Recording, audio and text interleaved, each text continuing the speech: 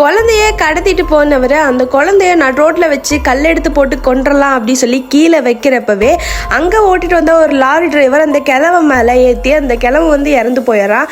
அங்கே இருக்க ரோடு வேலை செய்கிறவங்க தான் அந்த குழந்தைய மட்டும் காப்பாற்றி போலீஸ் ஸ்டேஷனில் வந்து ஒப்படைச்சு போலீஸ் ஸ்டேஷன்லேருந்து கூப்பிட்டு நீலா கிட்ட குழந்தையுமே ஒப்படைச்சிருப்பாங்க.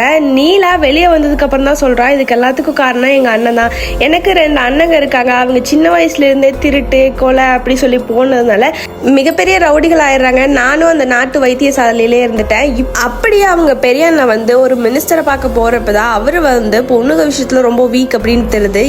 அதனால அவங்க அண்ணன் என்ன பிளான் பண்ணுறான் அப்படின்னா, நீலாவை பாசமாக கூப்பிட்டு வர மாதிரி தன்னோட வீட்டுக்கு கூட்டிகிட்டு வந்துட்டு அவரை எப்படியாச்சு நீலாவை பார்க்க வச்சா நமக்கு நிறைய சொத்து கிடைக்கும் அப்படி சொல்லி பிளான் அப் பண்ணி அவங்க வீட்டுக்கும் கூட்டிட்டு போய் ஒரு நாள் அவங்ககிட்ட மாட்ட விட்டுறாரு. நீலா இதெல்லாம் தெரிஞ்சு அவங்க அண்ணனை பயங்கரமா அடிக்கிறா. அப்ப அவங்க அண்ணி தான் அந்த கார் டிரைவரோட நீலாவை வந்து வேற ஏதாச்சும் ஊருக்கு போய் நீங்க சந்தோஷமா வாழுங்க அப்படி சொல்லி அனுப்பிச்சு வச்சிருப்பாங்க. அங்க வந்து 2 பேரும் மேரேஜும் பண்ணிட்டு ஹாப்பியா இருந்துட்டு இருக்காங்க. இதுக்கப்புறம் என்ன நடந்துச்சு அப்படிங்கறத அடுத்த பாட்டுல பார்க்கலாம்.